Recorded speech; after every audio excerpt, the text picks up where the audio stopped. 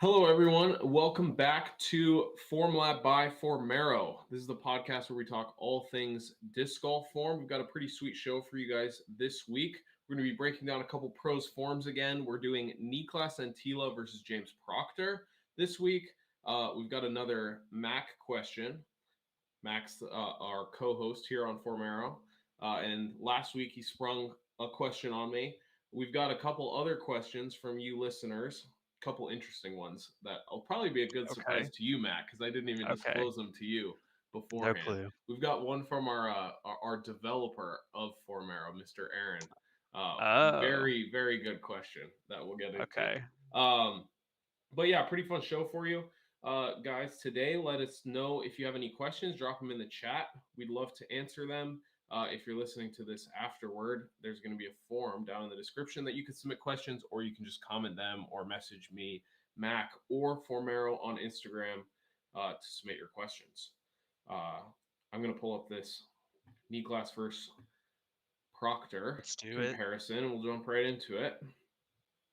Okay, so Proctor this week we don't have it regular speed. We only have the super slow mo, so we can Okay. kind of go through it as we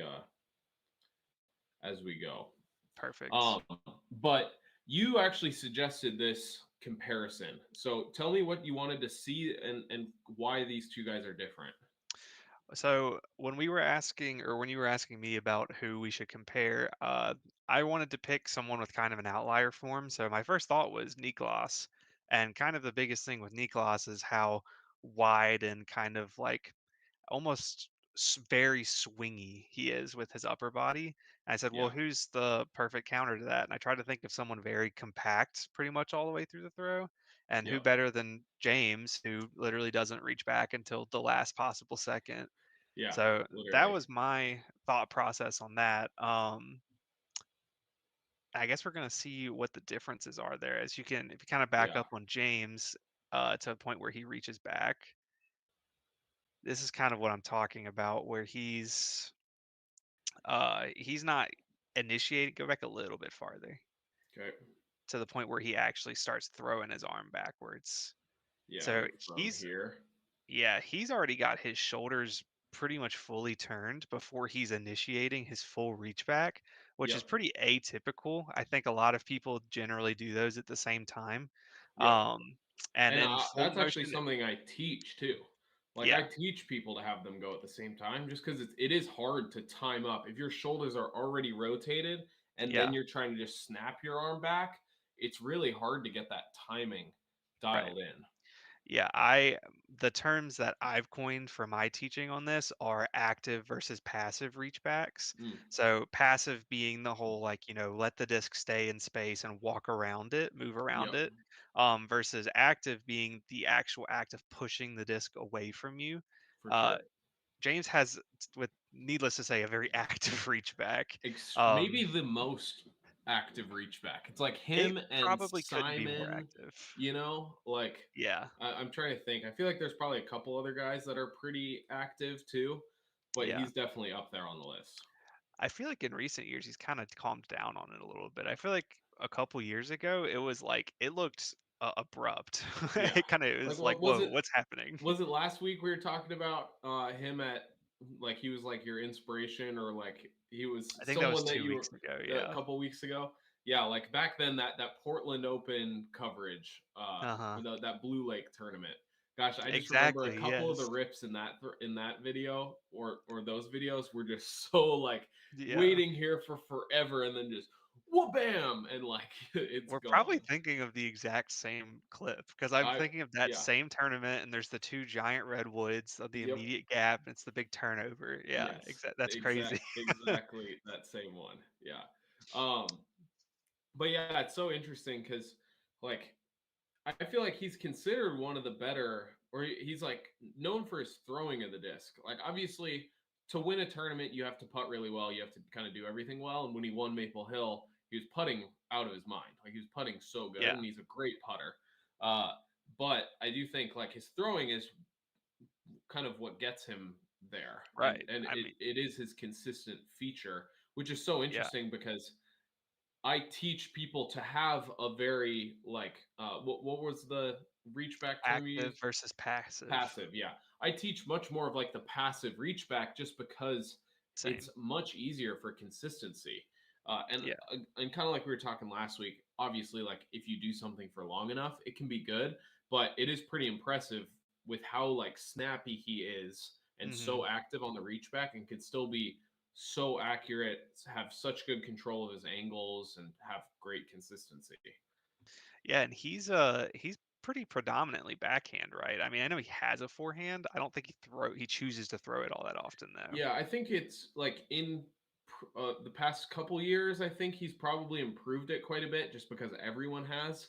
Mhm. But I still think, yeah, I think if he had a wide open shot, or really like if he had a straight shot, or if it favors a backhand at all, Yeah. he's throwing it, or even favors a forehand sometimes, he'll probably still throw the backhand.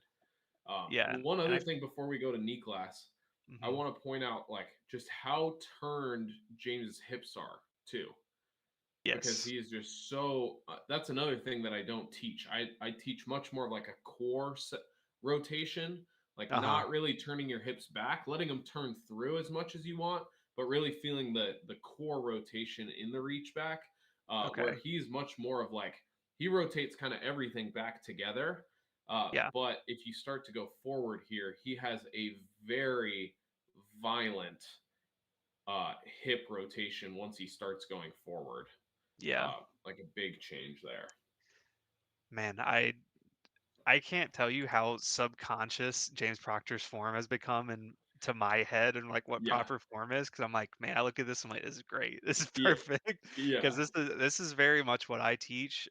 You said you don't teach the hip coiling as much. Yeah. I put a big emphasis on it for people, mostly because I see a lot of people have none Yeah. whatsoever. And so they're not engaging their hips at all. For And sure. so kind of emphasizing that's going to get them to do it at least a little bit, and that's going Yeah. to help them get lower body just involved at all. Absolutely. You don't necessarily have to be as violent as James is, though I don't know that it's a bad thing. No. Yeah. All right. Let's see knee class. And We'll so, go knee class.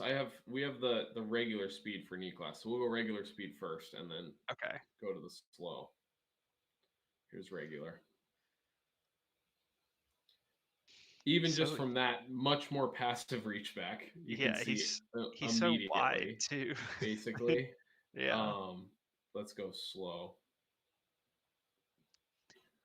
yeah. So Niklas, as a player, you probably know better than I, but I would say he's definitely predominantly backhand, but he maybe leans on that Yes. forehand a touch more than He's Proctor he would. I think he's one of those guys like we like kind of talked about how Gannon is last week. Is like Yeah. Niklas has a very good serviceable forehand, but he only Mhm. uses it when he throws an overstable disc and he needs it to go right, basically. Right. So he's like pretty much all backhand. He'll shape any angle out of a Yeah. backhand and is really known to be probably the best angle controller we have in Yeah. disc golf. Like his angle integrity and what he can shape with lines is just so impressive. Yeah, this is a perfect example of passive. Yeah. We'll let it play through and That then I'll disc kind is of like staying right yeah. by that P the whole time. Yep. You can watch it. We'll go back and play it after he gets the full throw. But that disc stays within like a 3-inch margin the Yep. entire time, Yep. which I think is Totally. great.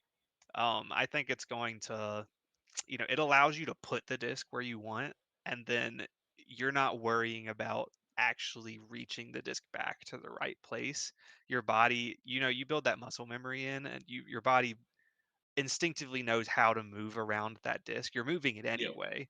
right? So there's no point in my mind, there's no point in forcing an additional movement of actually reaching your arm back. Yep. Yep. For sure. Here, we'll look at that. It's going to stay pretty much, it's going to do a little jerk back, but then it'll stay right on this P pretty much Right. the whole time. And so this is you can see it comes back and then it's going to come forward a little bit. So I think I always teach that it's like 90% passive. And then depending on your wingspan, your ape index, we love the ape index on this show. But Yes. depending on your Comment it wingspan to below. your yeah. Depending on your wingspan to like your proportions of your legs, you might need to get that little bit of 10% extra to get the full extension. Yeah. One thing I find interesting with Niklas is like and the way he does such a round, round reach back is I feel like he's had to have struggled with rounding at some point in his Hmm. game because he definitely doesn't keep it like super close to his body. He's out a little bit and does that like round takeaway. Uh Yeah. and it's really interesting to me how he's like on the P, pretty close to this P, but towards the end, and once it has, like you said, that little bit of movement forward, Yeah. it also comes up quite a bit. Like it probably Yeah. travels a good 6 inches uh, from here to kind of when he actually starts his pull through. I mean, here is where his pull through is about to start, and he's so much higher Yeah. than he He's was prior. much higher. That's a And good he has a point. little bit of that like shoulder tilt, like when he's Hmm. starting his run up. Um, I'd say he's slightly biased with the right shoulder above the left, which is Yeah. something I teach too because it makes it a little bit easier to get that kind of side angle lean as you go to pull through. Yeah. But he starts with that kind of biased tilt upwards toward the target, and then once he's actually going to pull through, uh like right here, this spot, maybe even just back a little bit. So once he gets to his pull through, like here, you can see he's almost the opposite. He's like the same tilt, but now forwards, whereas Yeah. right shoulder is below the left. And so I think that's probably partly where that adjustment comes in with his reach back. But again, for a different reason, so interesting how he can be so consistent with having that little bit of, whether it's the swooping at the last peak of the reach back or it's the little bit of rounding, but really just bringing Yeah. the disc off that plane where he's like reaching back high to low, and then he's actually Yes. bringing the disc low to high on the reach back and then pulling back through kind of high to low again, He's which definitely very touchy. That is a yeah. sign of someone that has thrown a lot of discs in their life. Yes, for sure. Yeah, the Um, Finnish phenom for a reason. One thing to note as a good distinction between him and Proctor is note his upper body angle compared to his lower body right now. He's got Yep. that sort of angled, like I guess right triangle if you want to call it, Yeah. the sort of C shape if you drew the line from his heel all the way up to his shoulder. Yep. Versus if we go to Proctor at the same time, you can see he's very much leading with the hip more. I think you're in the perfect spot Yeah. as is Pretty right much. now. Yeah. He's got a pretty much straight line from that heel to his shoulder. So an Yep. interesting distinction there. And You probably have more of a sorry to cut you off, but you probably no. have more of insight on how far does Niklas throw? He's I'd say he's probably in that like 460 to 475 range, like consistent golf shot. Obviously, he has more in the tank, but I think Yeah, he's also one of those guys that throws farther away from his top end distance more often, where, yeah, everyone has that kind of threshold that they like. And I'd say Proctor's probably, he throws closer to that full gas hmm kind of output more so than Niklas is. I think Niklas is probably like 70% of his max pretty Proctor's probably consistently, like where Proctor's like, 85. yeah, 85, Yeah, pushing 90 probably sometimes on the course. Obviously, no pro is ever throwing 100% or even right. above 90%. Even the guys who throw their absolute hardest aren't going that hard. But one distinction and interesting thing with this body position, like you were saying, of Proctor, it comes straight from the heel and it's just pointed up through his head on one straight line, is the nose angle difference. Because I'd say Niklas has a tendency to throw probably just a touch nose up, maybe Hmm. maybe flat or like 1 degree nose up, and Proctor is, I'd assume, I haven't actually seen the numbers, but I'd guess closer to like 5 degrees nose down, like very Okay. drastic nose down angle. And I do think that is very much due to the shoulder position. because naturally, like Niklas is a little bit, if you're tilted very slightly forward, then all of a Yes, sudden at the very end of the throw, even if you're pulling through straight, your arm, if your arm just continues straight down or on the yeah, same line, you're just going to throw it straight into the dirt. And so absolutely. you have to come up with the arm at the end, and naturally with that, you're going to get that little bit of thumb push and nose up Hmm. angle created purely just from the shoulder position. Right. And the exact opposite is the same for like Proctor's type throw of if your right shoulder is higher than your left when you Yeah. go through, if you just pull through on a straight line, you're going to sky it. And so Hmm. you're naturally going to follow through down and do a little bit of that. Obviously people say that the turn the key is like so famous. Um, Yeah. but you can only really do that with a low to high swing plane. But then, like Proctor and a lot of pros who throw nose down, they're coming low to high, and then they're following through down and turning that key over a little bit to get the nose angle down. And yeah, like I said, I think it's mostly just shoulder position that you can, especially for pros, people who have pretty refined forms, you can Yeah. pretty much guess their nose angle based on their shoulder position. Right. Yeah, this is the more we're talking and looking at this, the more that I'm thinking this is a good comparison because these are two people that are similarly successful on tour. Obviously, both top class professional disc golfers, right? But they have in some ways very similar approaches to the game, but in very different ways, if that Very makes any different ways. sense, right? They're both very backhand predominant, but Yep. I mean, there's not you can't get too much farther away from each other in No. terms of throwing a backhand. Like a couple things that I'm seeing is look at the wrist angle of James Proctor compared to um Niklas. Proctor is much more pronated wrist, whereas Antilla has a very neutral wrist, and like you're Yeah. saying, he's having to come up at the very end, whereas James is trying to force the nose down angle. Yep. Another is the off arm. Niklas is very away from himself, which is probably something that if he really wanted more distance, he could work on, and he would Yep. get some more footage out of that. Versus Proctor, who is super tucked in. So Yeah. He has a very strong post for yeah, sure. this just goes to show you how many different ways you can be successful in disc golf. And Yeah. there's no necessarily one right way to teach you how to throw. There's Yep. just a lot of wrong ways. Yes. There are plenty of wrong ways and plenty of opinions on all of it too. One other thing I kind of want to see is just their starting position before they go to reach back. I guess like right as their X step is about to hit the ground, Yeah. just to see kind of X step width and then also just that starting position.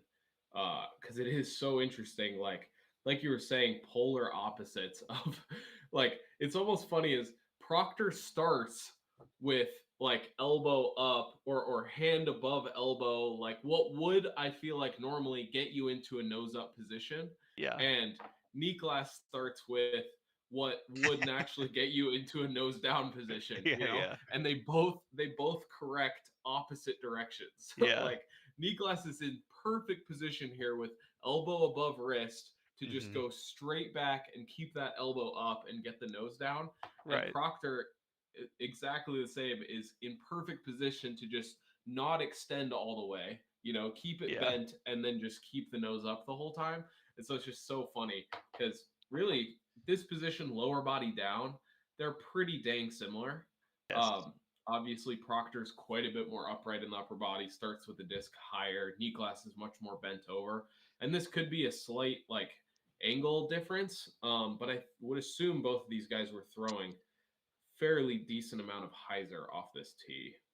Nicola, they have very similar widths to their X step, but how much taller is James than Niklas? I mean, 4 inches at least. Okay, because it Because looks I like Niklas is proportionally much wider in his X step yes, than James is. yeah, I'd think Niklas. I'd say Niklas is probably like 5'9", Yeah. and Proctor's probably even like 6'2", maybe. Okay. But yeah, Niklas looks much more wide Yes. relative to his height. than James does. The last thing I wanted to note, if we go back to Yeah. Niklas, Okay. is go to the point where he has his reach back fully extended. The first point where he has that. Right here's good. So Okay. one thing that I'm noticing is how early in his step out this is. And Hmm. this leads into a point that I tell a lot of people is I always want you to have the apex of your reach back be when your plant foot is on the ground. But that Yep. doesn't necessarily mean they have to peak at the exact time. There's a lot of Yeah. people out there, and Niklas is a prime example. He's probably the most extreme example I've seen actually of dragging that full reach back into the throw.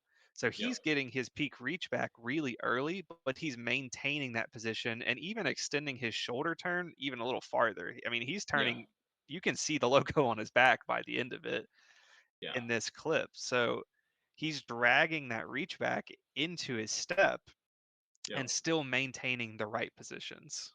Yeah.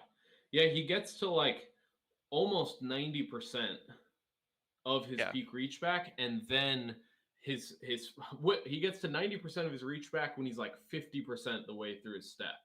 And Right. then that last 10% of the upper body and 50% of the lower body end up happening together.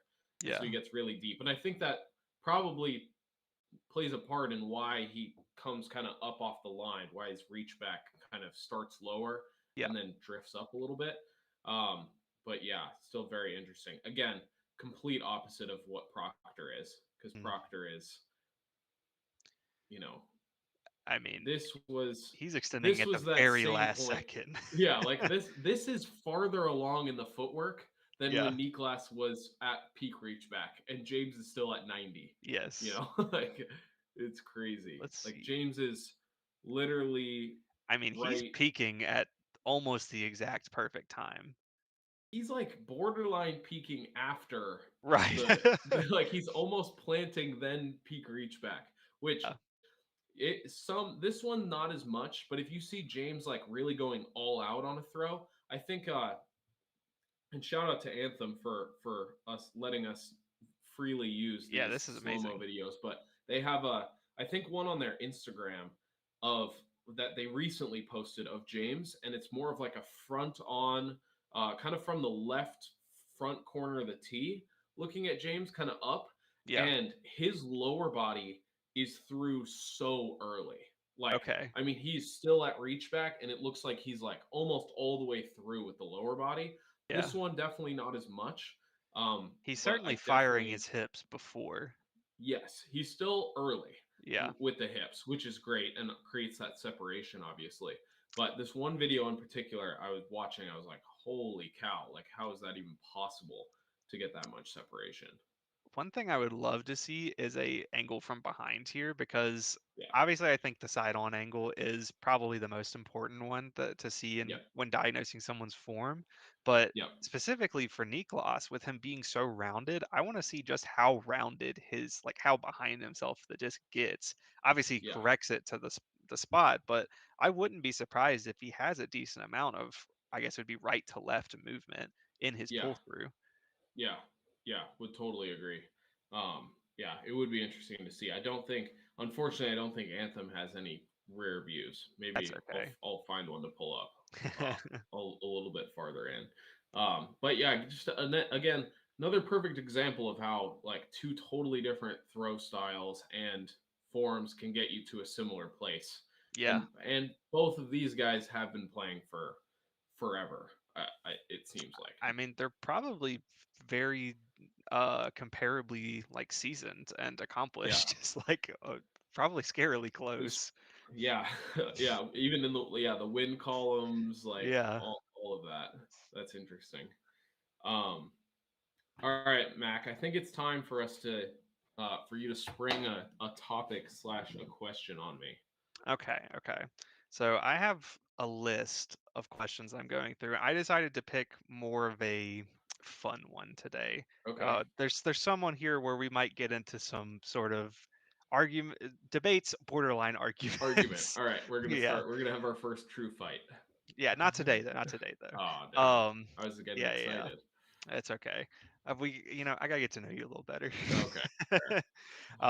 But my question for you today is, how many discs does a disc golfer need in their bag to be successful at the highest level? Need? Yes, need bare minimum. Because Is this if you say they need a putter, they all they need is a putter and that's it, yeah. I'm gonna call BS on No, yeah. you. Clarification question. Is this like the amount of discs that their bag holds and they'll switch out these discs depending on the tournament? Or is this like these three discs, you get them for the season? Like, or like these discs, you get them for the season? Let's go. I guess it does change depending on the course, Yeah. Because right? like you're not going to play Northwoods with the same bag that you're going to play Right. DEO or something. Yeah. Let's go. Let's say open. Let's do an open and then a like Northwoods, like really wooded answer. We'll go two Okay. answers for it. Well, honestly, I think it's the same answer for both. And I think Okay. it's like 3 to 5, probably. Okay. Do you have Uh, specifics on what those discs are? I mean, I think one is a putting putter, Yeah. one is But some do you need a sort. putting putter? You could putt with a mid. Yeah, but you're saying to be competitive at a high level. Fair enough. So I think you need a putting putter. I think you need a probably straight to stable approach disc, something that you can throw forehand and throw backhand. And then the only difference for like wooded versus open is just the driver situation. Because I think for an open course, you can and let's just say open course, no wind. Because Yeah. as soon as the wind comes into play, I think the amount of discs you need goes up, probably gets Hmm. closer to that 10 range because the drastic difference between headwind and tailwind, you just can't throw the same discs. But if it's no wind, then like you can pretty much make just one like straight to stable distance driver work, I think, for an open course. Like something you can hammer on backhand. And obviously, like you need a lot of angle control to be able to do this, but something you can throw on hyzer and flip it up, or something you can throw bomber shots with, throw Yeah. forehand still.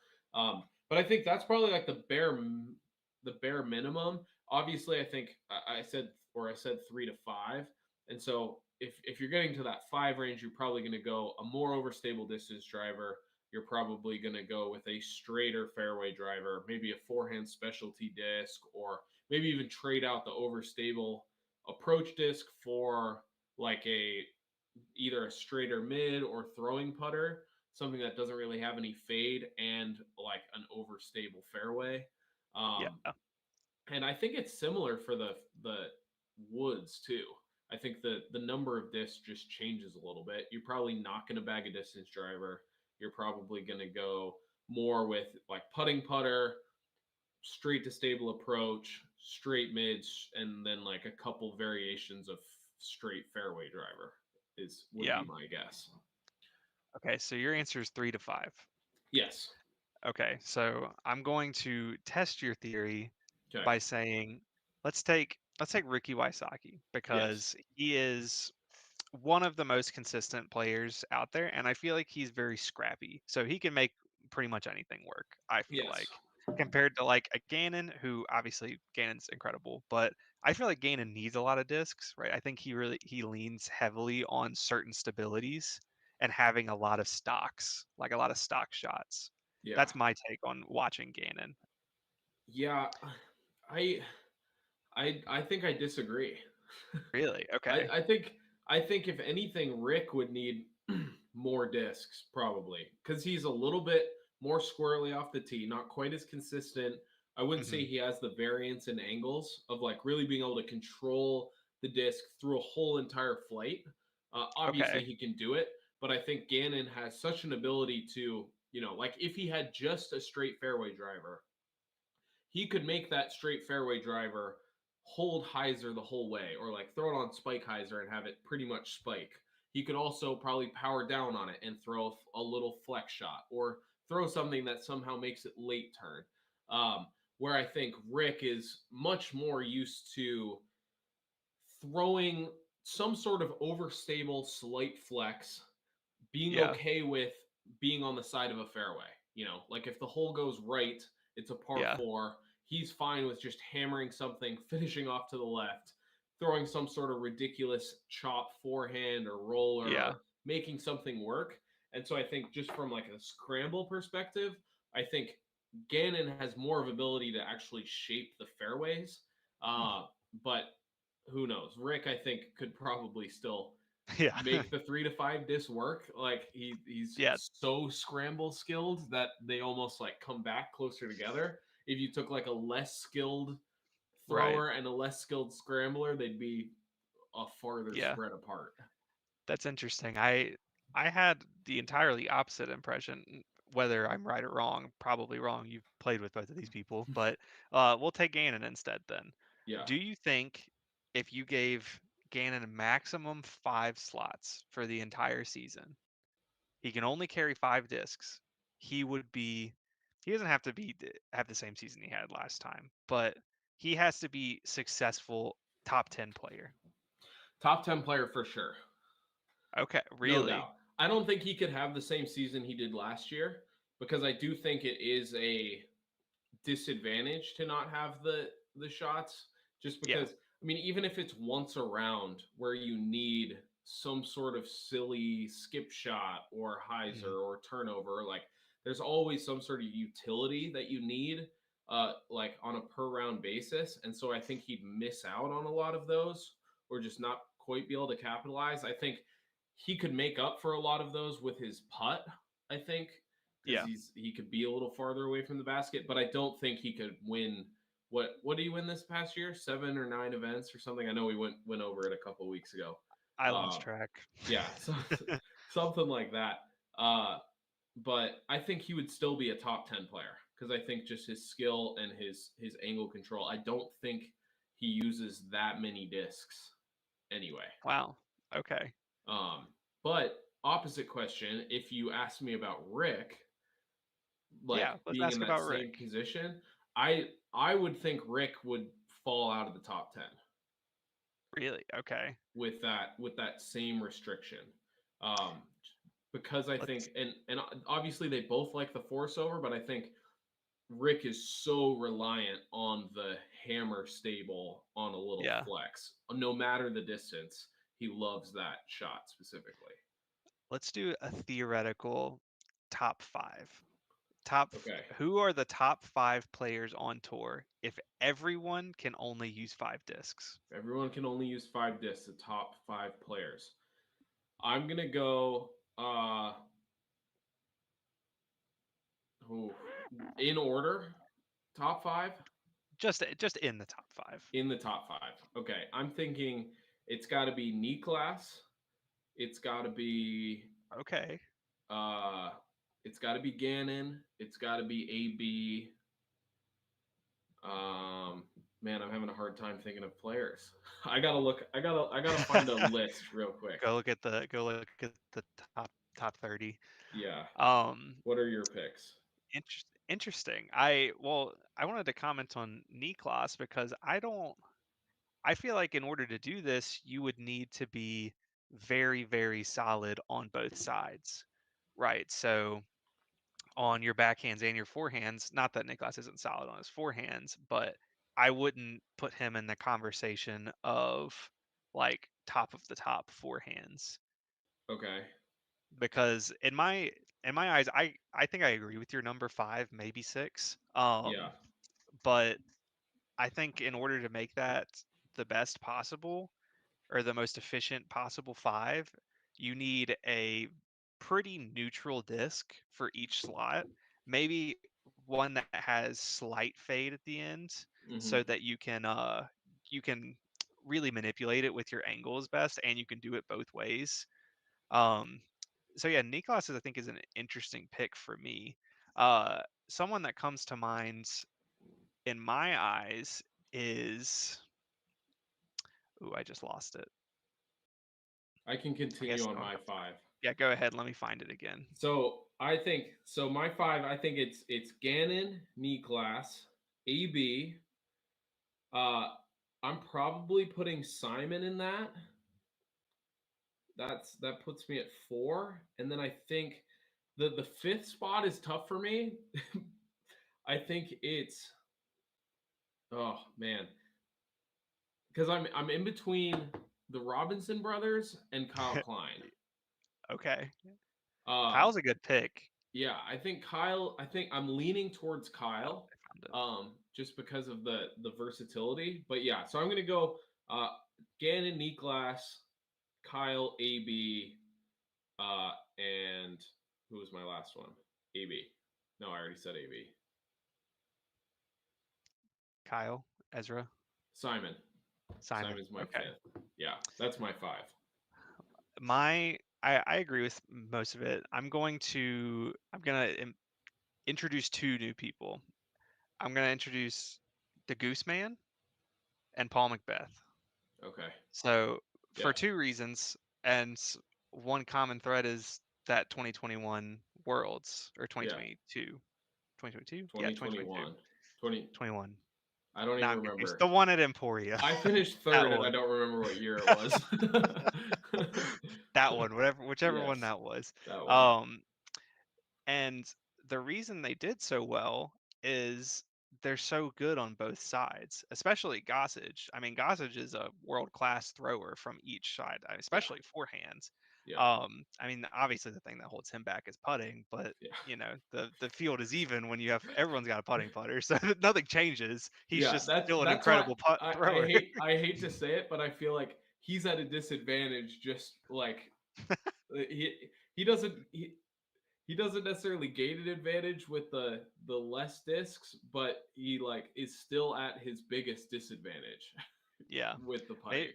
maybe he's a bad pick because I feel like he likes to throw really hard pretty Yeah, much every time, and so he needs a lot of stabilities for that. Though I think I think Paul is incredible on both sides. I mean, Paul's a good it's pick, Paul. and I think a couple years ago I would probably pick Paul. I just don't think his skill is where it was a few Interesting. seasons ago. Well, what did he finish this season? Like eighth? Finished like eighth in Um, this in the standings. And I mean, let's take out half. Let's say half of the people get negatively affected by this 5 disc rule. That all yeah, of a sudden puts him in fourth.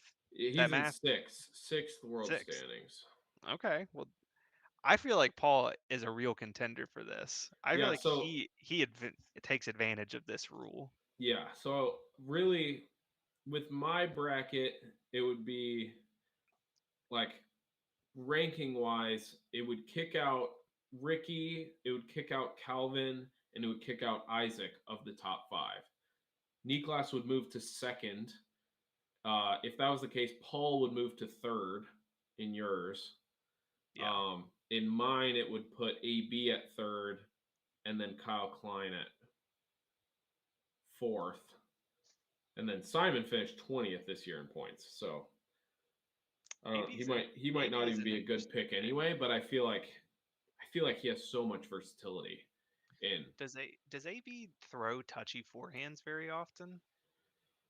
He can he, but he doesn't necessarily like need it. He has such a Yeah, good like touchy backhand where he can throw a powered down fairway driver. I mean, I right. saw it all winter on hole one of Vista.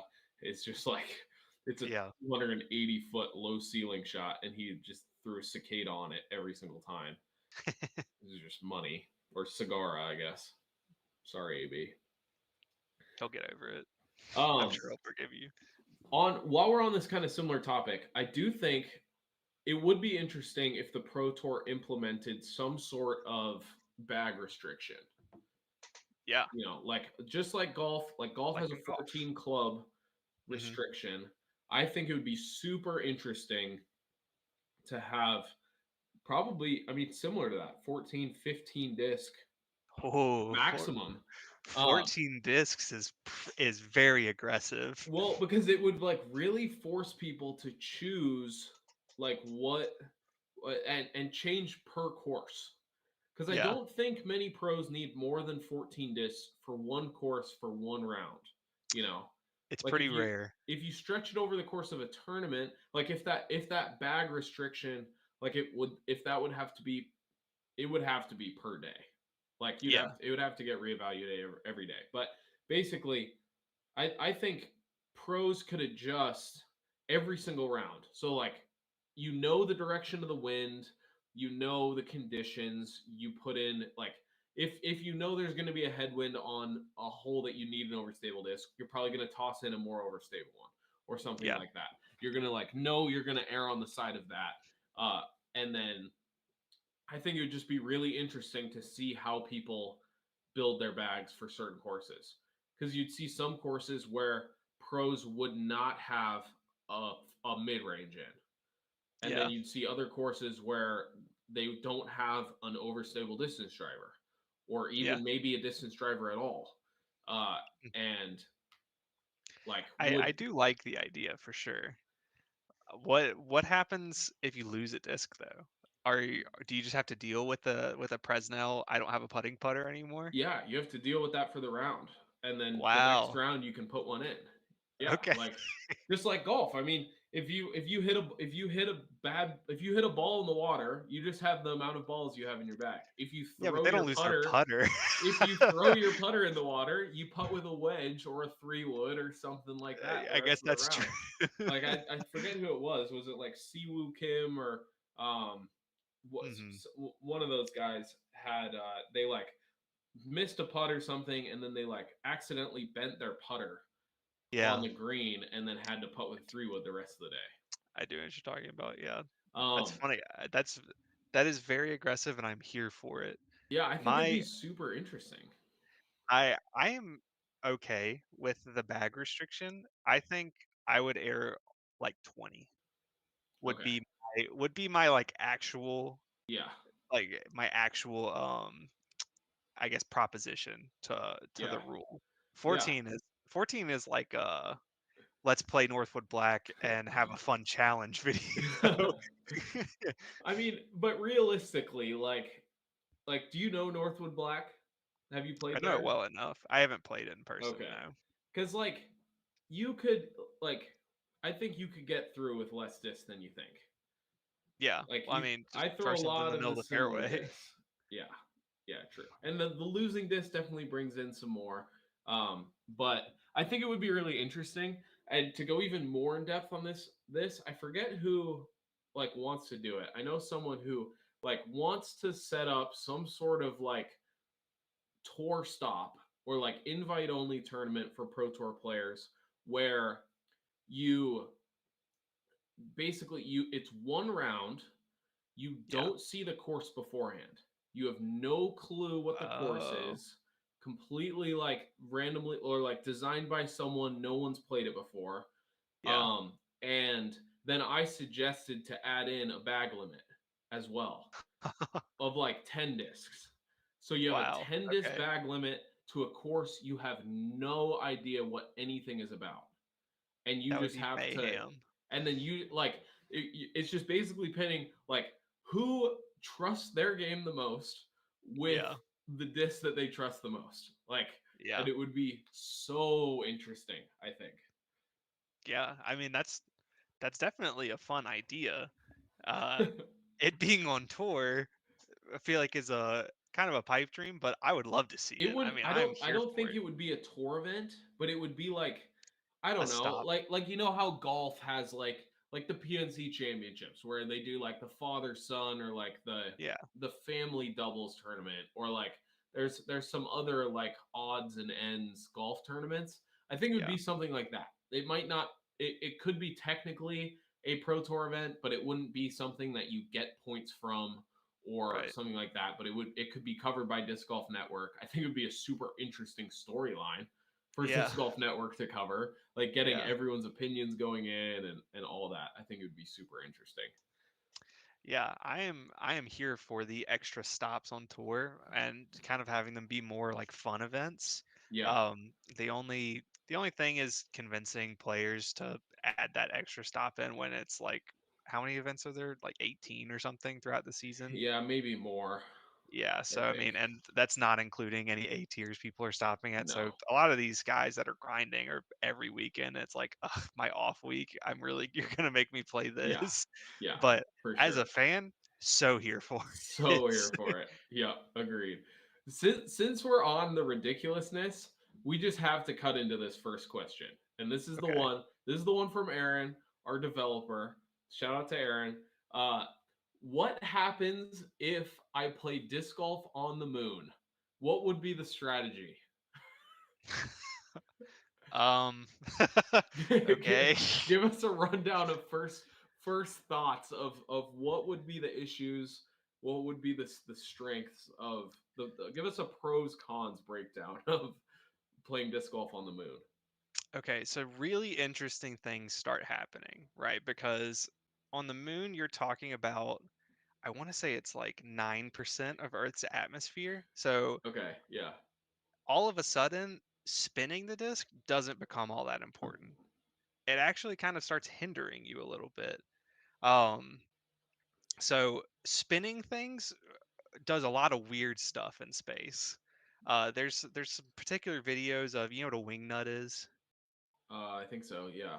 Yeah, Oh, it's just of them doing the thing and it flips back and and it forth. flips. Yeah. Yeah. Yeah, so rotational motion does weird stuff in space when there's no atmosphere. Oh, I So wonder what a disc would do. you're gonna start seeing discs tumble and push left and right and do all this other stuff. So honestly, your best bet might be to just like not spin the disc and just like, Interesting. I mean, obviously, I've never been to the moon. More of Would like love a to. shot put NASA. kind of Yeah, yeah, thing. absolutely. That would be my guess. I mean, because the thing with discs is the reason you spin them is because they need gyroscopic stability because discs are inherently uh, unstable Yeah. shapes. So Yeah. if you were to just throw a disc straight without it having any rotational motion, the aerodynamics actually mean that it wants to flip over itself. Yeah. I Right. mean, So that's we've all seen a buddy who like putts with very little yeah, spin, and you see what the disc starts to yeah. do. Yeah, and I mean, try and go putt something 50 feet and put no spin on it, and watch what the disc does. It's gonna start tumbling through the air. Yeah. Um, so yeah, you're all of a sudden taking this entire aspect of the game out because it's probably worse for you. Yeah. I think honestly, it would be like a push, like a Okay. curling or shuffleboard Yeah. motion or something. Interesting. And then what I was thinking is like, say you were to be playing a disc golf hole, Hmm. like what's the strategy of getting the disc to stop? Like, are you like throwing it straight at the ground and like Yeah. hoping it doesn't like pop up and then just float away for forever? Or like, So there I there don't. is a amount of gravity on the moon, right? So there's you're it's going to be really hard for you to just like get it to go out into deep space, Yeah. but it's going to be definitely a learning curve. Would the holes just be like 9 times the distance? We'd play I mean, it'd nine have to be. thousand foot par fives. Yeah, it would have to be, right? That I would be mean, so cool. I would uh, I would imagine you could probably throw like 10 times as far. You Yeah. have no air resistance and like 10% of the gravity. So, yeah, I mean, the first ever 5,000-foot par 3, I don't know. Maybe. Yeah. Like what would guess like rough guesstimate, what do you think? Is there wind on the moon? There's Not probably a like question I've solar ever winds. thought of before. Is there wind on the moon? I don't think there's wind What? in the No way. traditional sense, but Yeah. there are solar winds that Types of exist wind. because Um, yeah, the moon doesn't have an atmosphere, so we don't have anything. It doesn't have yeah, anything to protect it that's from true. like the solar radiation that we do. Yeah. Because I was wondering, say, say you were to throw a disc on the moon without, like, with having to land the disc back on the moon. What do you Yeah. think, like, the max the distance world record would be What do I think the distance world record would be with on the moon? on the moon?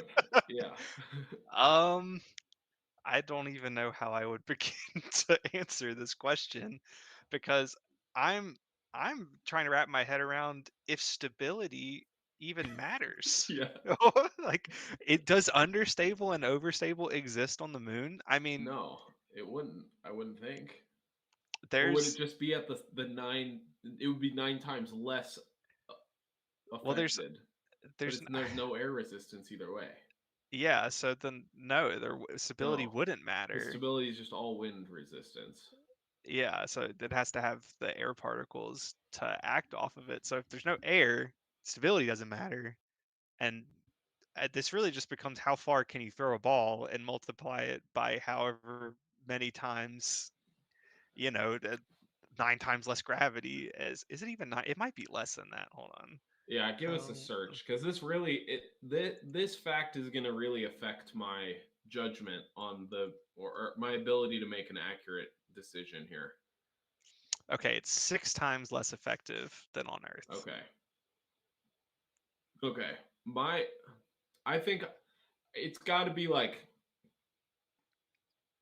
oh man, it's got to be like, I was gonna initially say 9,000, but I'm actually gonna go like 13,000. I think Interesting. See, feet. I'm wondering, is it less? Is it less distance? Because now that distance world record was with a massive tailwind, right?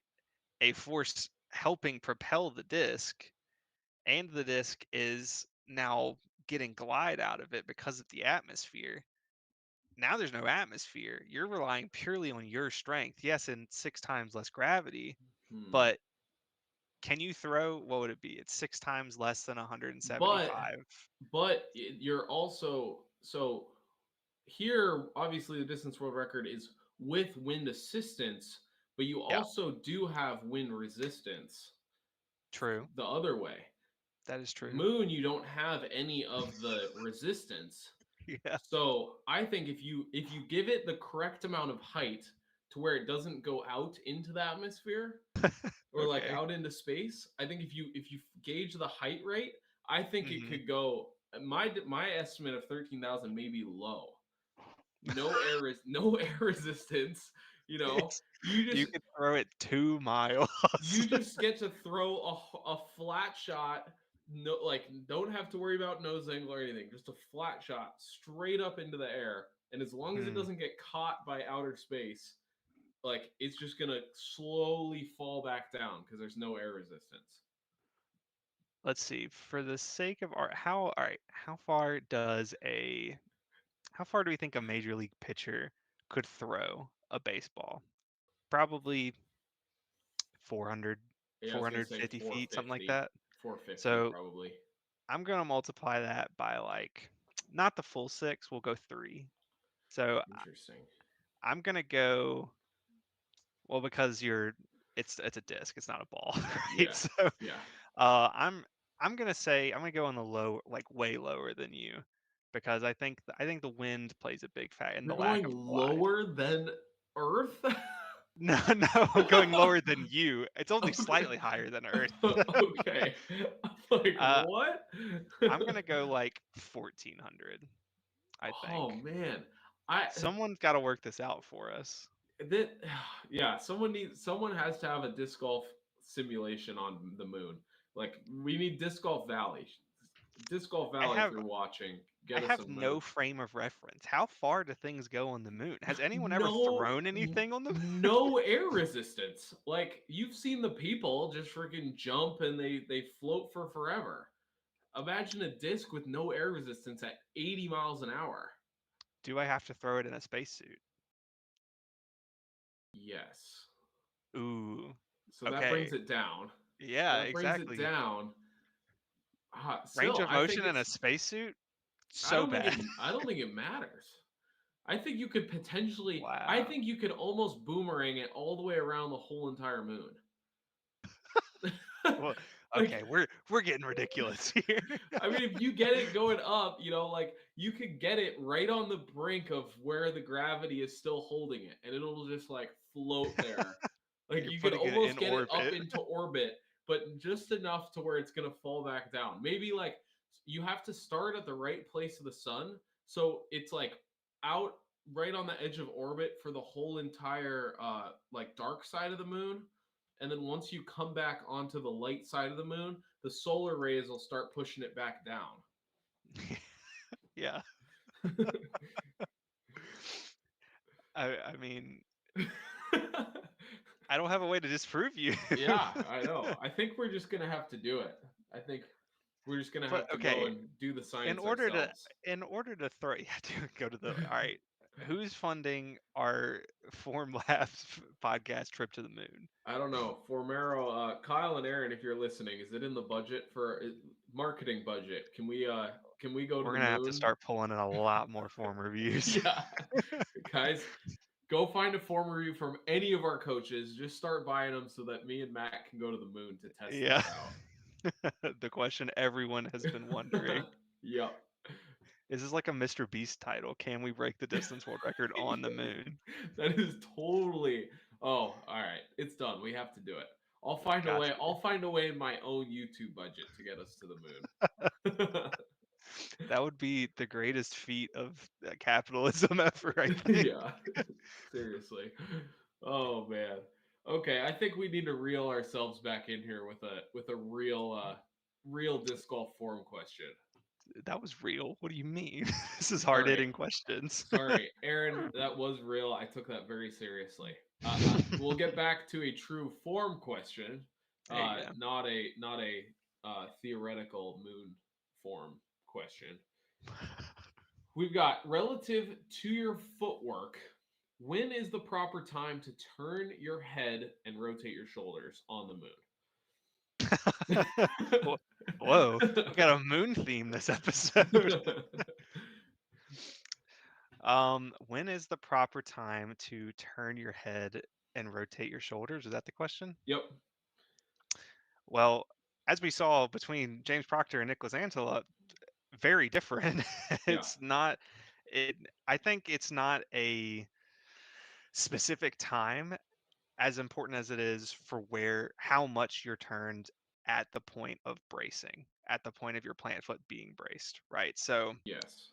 what I would say is you just need to make sure that you are shoulders pretty much fully turned from the target. We're talking about max distance, by the way. Obviously, Yeah. this isn't exactly true for like touch shots, but max distance, you need to be somewhere in the full 90-degree shoulder turn range. And I don't know what your opinion is on head turns. I think you should turn your head with your shoulders to a certain extent. I don't know that you should turn Yes. your head all the way around, but and obviously don't try and look at the target the whole time. Yeah. But I don't know that there's an exact specific place where your head needs to be.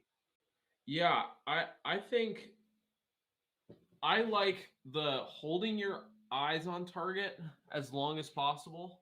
So like Yeah, if I'm throwing this direction, like obviously like my power pocket starting position is here, and I'm gonna hold my eyes on target as far as I can until my head actually is dragged backward yeah, with my shoulders.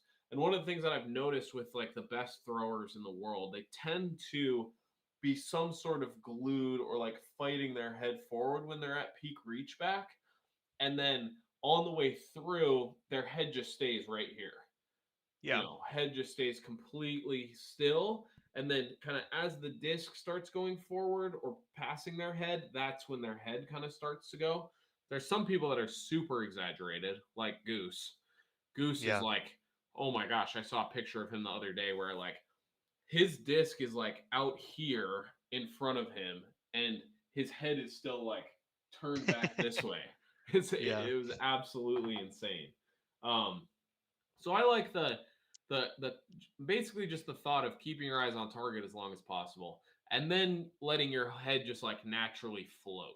yeah, I just don't think there should be any intention of like turning your head around and looking yeah. away from the target.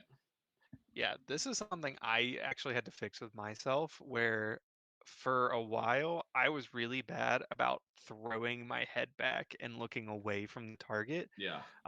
And it wasn't necessarily I was getting offline was the problem. It's that jerkiness was leading to a bunch of inconsistencies. Okay. So I think the kind of gluing your chin to your shoulder is probably a good standard way to teach people Yeah. that I don't know that it's necessarily it has to be that way. I Um, agree. yeah, I think that what you were saying is a good way to teach. I don't know that's the only way to teach in Yeah. terms of looking at the target the whole time. So me, Yep. for instance, I rely very heavily on setting my walk up path before I ever throw. So I decide Okay. exactly what my aiming line is, where I'm Yeah. walking to beforehand, and then I at that point my eyes almost glaze over a little bit, and it's Mhm. I'm fully trusting my mechanics, and I'm like in my head about whatever swing thought that I want. And I'm Yeah, trusting my mechanics, my setup to get me to the intended line that I set beforehand. for So sure. I'm not even I could probably close my eyes and throw it relatively the same because I'm not even thinking. I mean, obviously there's some help Yeah, to yeah. looking at things, right? Yeah. But Yeah. it's like if you ever go play glow golf, right? And it's on a course, sometimes you play better because you stop Mhm. thinking about stuff. And it's like, okay, now I'm not thinking about this gap. I just know I need to throw it here. I need to make the disc turn. Oh, I parked it. I never parked it. So I Yeah. think it just depends on the person. I think it's a mental strategy more than anything. But yeah, I by no means do I think what you're teaching is bad. Yeah. Yeah. It's interesting. Do you think that so like you were saying of you've determined your run up direction, you're just kind of your eyes glaze over in a sense and you just kind of throw and you know your line based on the direction you're going. Do you Yeah. think that if you adjusted and were doing more of like the eyes on target longer, the locking the head into the position to really like stabilize the rotation, if you could find the same flow state in that, do you think it would be more accurate than the just kind of setting the position and then like letting everything kind of do its thing? Because I do think the head locking in a position and then everything else rotating around that, it gives the Yeah. rotation a good anchor. Because obviously, if your head's Yeah. moving, it's really hard to I anchor totally agree everything with else that. down. Yeah, those 2 points were separate, I guess. Yeah. The head thing was just something I struggled with. I do it kind of the anchored way now. Okay. But I was saying more of the thought process of looking at the target as long as possible, Yes. whereas I'm saying I just trust my setup, and that's Hmm. what's worked for me. For sure. I I guess to answer your question, I don't know that it would work any better. I don't think it Yeah. would work worse. I Yeah. mean, maybe it would because I'd think about things more. Hmm. But in my head, and this is just how my brain works, that's going to make me be much more active thought process, right? Yeah. Of okay, here's the gap, hit the gap sort of thing versus, Yeah. I'm just thinking about whatever my swing thought of the day is. We've talked about I have multiple swing Yes. thoughts depending on my Same. day. Um, so if it's, reach back, make sure you turn your hips, reach back out, whatever it is, Yep. right? I can just think of that, not worry about any sort of outside factor, and bingo. I mean, I do the same thing for putting. Like everyone Yeah. always says, look at a specific chain link. I don't look at a chain link. Yeah. My eyes also glaze over. I do all Hmm. of my setup with my feet and my hips, and then I think about my mechanics, whatever my swing thought is with my putt. Usually it's back hip to basket is my swing Yeah. thought for putting, and Yeah. then works pretty well. For sure. Yeah. Um, I think, man, what was I gonna say? Uh, oh, I was gonna say that I do think it's interesting. The gosh, I completely lost it again. Damn it! I had That's something. okay. Um, all right, give me a second. I had it. I had it. Do you have any more on that? Keep me thinking about it again. Let me think about the moon some Oh my more. gosh, that's getting me the wrong direction. I got it. So on like aim point, so I know you said you like line up with your run up direction and kind of your setup.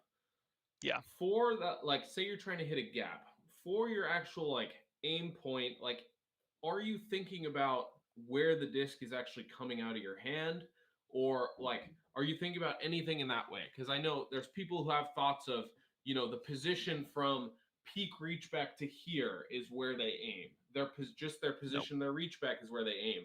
The actual release point of where the disc is coming out of their hand is how they aim. Are you doing any of that at all? Nope, not at all. Okay. I try to have my form stay as consistent as possible, upper body wise, Yeah. as consistent as possible from reach back to release all the time. And I try to change other things. Yeah. So if I'm changing height, I'm going to change my hip angle to where now my hips are pointing me towards the sky. If I'm trying to throw something high, if I'm trying to throw like down low, down a hill or something, I'm going to get over my front leg. But Yeah. majority, my upper body is staying the same. And in terms of aiming, my aim point is always, I always say, so we talk about plant foot offset, right? Hmm. Your foot should be set a little bit in front of your back foot, Yeah. right? And so I always say draw a line from your toe, your back toe to your front heel, Yeah. right? Yep. And so that line, and if it's a little more separation, it's just whatever the middle line of that is. Yeah. For And sure. whatever that line is, that is my aim point. Yeah. If everything goes correctly, I fully follow through with my hips. You know, the disc releases at the time it normally does. That's usually a do I have enough grip pressure? Am I committing to the shot sort of mentality? But Yeah. all of that lines up. That's the line it's coming out on every Yeah. single time. Yeah.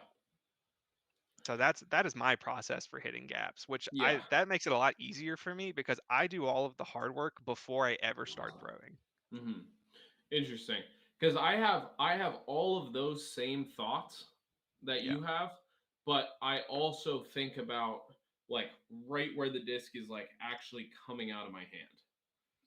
really. So like Yeah, like I don't think actually about that at like all. so like like straight line all the way to the target, like that point where the disc keeps going that way and my hand starts going off. Yeah, Like I think about all those things that you said, not like super consciously, right. obviously. But it's an active thought that's But yeah, it's happening. like I'm making sure all of those are aligned. But then I'm just like doubling down and making sure because like you can have your foot and you can have all your alignment good, and then like if you think about it, you could grip lock or you could early Sure. release. Yeah. Like you have the like ability to do that within your own throw. Yeah. So I like to just like double down and make sure that I'm right on that same line, and I feel like when I'm doing that, that's when I am the most Mhm. accurate. That's when I'm like not just like seeing a gap and hitting the gap, but I'm like seeing I'm hitting the spot 5/8 from the left tree across the Yeah, like, yeah. and it's just like comes out exactly where I want it to. Like Yeah. not a foot left, not a foot right, exact angle, exact spot that I'm looking for is when I like do that double down aim point Right. and alignment. Yeah, the only time I'll ever do anything similar to that is something that I'm doing currently and I've been doing for probably the past year or so. And this is to help me get deeper into my power pocket because that's something that I'm working on just for, gaining a little bit of that extra distance. Yeah. But I really think about getting that elbow driven to that Okay. maximum point that For my sure. shoulder and body will allow. So Yeah. like, but once I get here, I don't think about my hand at all. Yeah. I rely very solely on the disc ripping out of my hands, and that's largely a function of my grip pressure. So Okay. I've never actually thought about this, but I just thought about it. You asking me this question, Yeah. I think it's because I vary my grip pressure depending on how hard I'm trying to throw, Yeah. right? Because I'm not going to grip a 200-foot putter shot the same as I would a 450-foot distance driver shot. It's not going to be the same grip pressure. I need to hold Interesting. that 450-foot shot a little bit harder so that I can maintain that full acceleration or maintain holding onto the disc with that increased acceleration of my arm. Huh.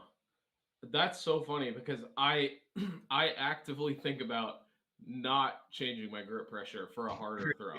Like Okay, I try to be for me, I try to be as soft as I can possibly grip it on every single shot. especially interesting. especially my distance drivers, because if I Hmm. actually like focus on like gripping it, I Yeah. like spray left and right. So what do you do if your disc is a little wet? Do you I rely on just getting your disc dry Yeah. or okay? Yeah. No, I See, for me, because sometimes your disc, like, it's that weird, like, humid wet, and you can't really just get it fully dry. there's always a way. There's you just always get it Yeah, dry. I See am so OCD about the quality of the dryness. Like my disc will never go into my bag even slightly wet. There was wow, okay. gosh, what was it? I forget if we were playing a practice round or if it was like one of the rounds of this last tournament I played, Shelly Sharp Yeah. Memorial. But it a dog came up and was wet, had been in the Yeah. water, came right. It was in a practice round, came right by my bag, right by the open disc compartment, and shook off.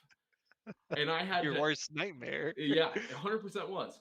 And like before we could move on to the course, I like had to go through and dry off every single disc in that compartment Wow. You because should yeah, start a like Tristan I Tanner towel company. yeah I should because it is really like it's so important for me to have my disc like that good Yeah. texture. And I like a disc that was damp and then dries off to get Yeah. that little Okay. extra grip.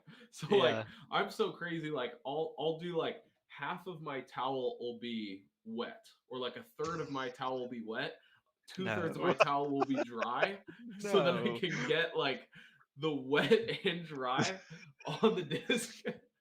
So if someone asks, "Hey man, can I use your towel?" And then they grab the soaking wet one Yeah. part of your towel and they think you're a lunatic. Yeah, I don't get asked for towels very often. And it does depend on where we are. To be fair, That's I play in hilarious. dusty Arizona, Okay. and I have been for a while. And it is so Yeah. dusty that you have to have part of your towel wet or like you're done. It Interesting. is just too dusty. So Um, this is probably because of where we live, because I obviously grew up in Alabama on the Gulf Coast, so yeah. it is as humid as you could possibly think. Like Uh-huh. it is regularly 60 to 70% humidity every day. Yeah. So there's days you're not getting your disc dry. It's not happening, especially if you go play in the morning, like Oh early gosh. morning with the Yeah. dew on the ground and it's that humid, it won't get dry. So for me, I had to develop, okay, my disc is a little wet. It's not getting any more dry than this. Yeah, I need to grip this harder. for sure. So like I'm actively changing my grip pressure for that. And I've actually over the past couple years I've developed a few different grips for things. So I used to be only three finger power grip for Okay. everything. Um and then I developed a sort of it's the Cole Radalin hybrid fan grip where you do That's what I your do. pointer and your pinky finger. I Yeah. I throw this for everything. Yeah, I love it. Yeah. That was like a game changer for me because I tried to throw the typical fan grip for so long, it never Yeah. worked for No. me. But Yeah. that feels like I'm throwing a power grip. It Yep. doesn't feel any different, but I know it's Yeah. taking rotations off of it. Yeah. So I developed that, and then I messed with my grip a little bit to where it felt more natural to get my pinky on. So when I go for bigger distance shots, I'll do four finger power grips now. So I kind of Okay. rotate between all of those and different grip Interesting. pressures. Interesting. Crazy.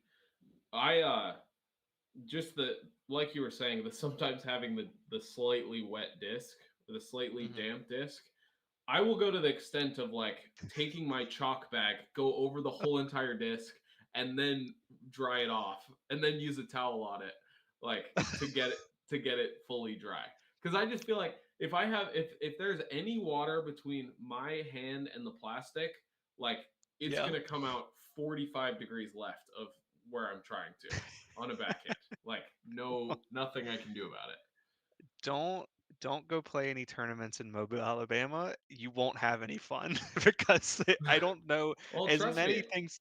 You're gonna have a hair dryer out most there. of our I mean we play some humid spots on tour, and Yeah, I've gotten pretty good at managing the slight dampedness. I don't. We'll see. Mobile's a different beast. All It's right. first and second rainiest city in the U.S. It switches with Seattle You know like what? every other year. I'll just take your word for it. He's I like, won't I go won't go to test it. Mobile. Yeah. No. Hey, there's an I'm A good. tier there in like 2 weeks. Just come Mhm. show up. Okay. Same weekend as Waco? I think it's the weekend. It's the weekend Weekend before. between. Okay. Yeah. So there's actually a lot of tour guys stopping in. Yeah. I'm going down. I'm flying down to play in like Nice. 8 days. Yeah. Cool. All right. I think it's probably time to wrap this up. I think we covered a lot of good stuff. So, You don't have uh, any more moon questions? I mean, if anyone has a moon question, drop it in the chat immediately, and we'll answer it. We'd love to. But all jokes aside, Thanks everyone for tuning in to Form Lab Podcast. Feel free to drop any form questions that you have in the comments. Once again, down in the description, there'll be a form. Message Mac or myself on Instagram. Check Yes. out the Formero app. We have a bunch of great coaches on there. Me or Mac or myself again would love There you to go. do a little review with you, or Absolutely. any of our other coaches as well. We have a great lineup. So Hmm. check out the Formero app for all of that kind of stuff, and tune in next week to Form Lab Podcast. We'd love to have you, and thanks for tuning in this week. Later, everyone.